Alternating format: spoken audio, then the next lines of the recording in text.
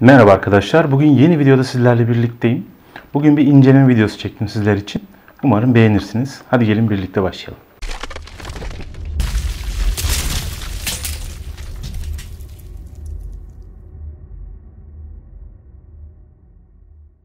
Evet arkadaşlar, ürünüm bu.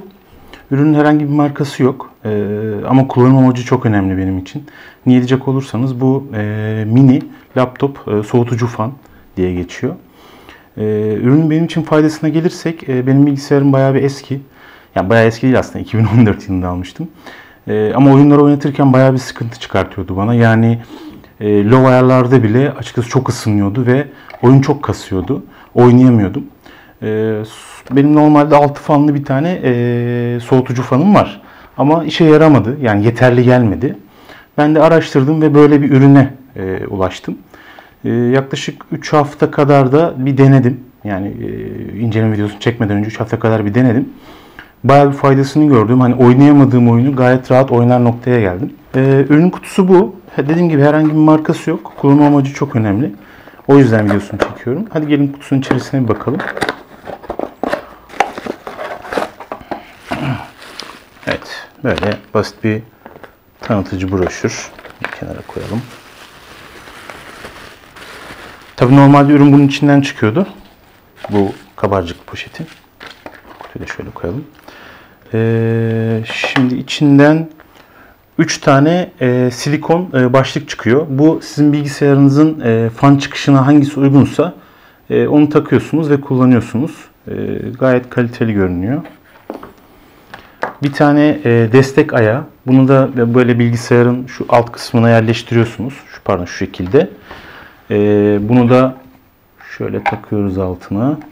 Evet bakın şu şekilde gördüğünüz gibi. Bunu da böyle yerleştiriyorsunuz buraya. Üzerinde yapışkanı var ama ben yapışkanı kullanmadım. Çünkü gerek görmedim.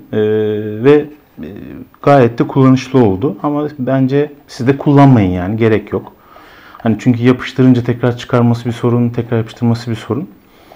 Mobil oldu diyelim. Daha doğru. Cihazın üzerinde bir de ayar düğmesi var. Onu da atlamayayım. Bu fanın derecesini ayarlıyor. Yani düşükten yükseğe kadar istediğiniz şekilde ayarlayabiliyorsunuz. LED ışığı da var. Onun dışında enerji için böyle bir USB kablo. Bir de bu ayakları için, şu ayakların olduğu bölümler için silikon bantlar. Kutudan çıkanlar bunlar. Bunun dışında herhangi bir şey yok zaten kutunun içerisinde. Ürünün faydasına gelince dediğim gibi low ayarlarda oynayamadığım oyunları oynar noktaya geldim. Hani çok bir şey beklemedim zaten alırken.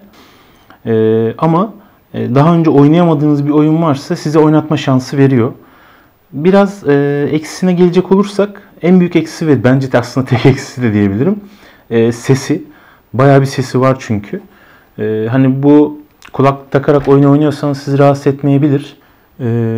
Ama tabii kulak takmadan ya da çevrenizde başkaları varsa o ses onları rahatsız edebilir. Onu baştan söyleyeyim. Ama ses önemli değil. Ben odamda oynuyorum zaten diyorsanız işinize yarayacak bir alet. Ben Türkiye'den aldım.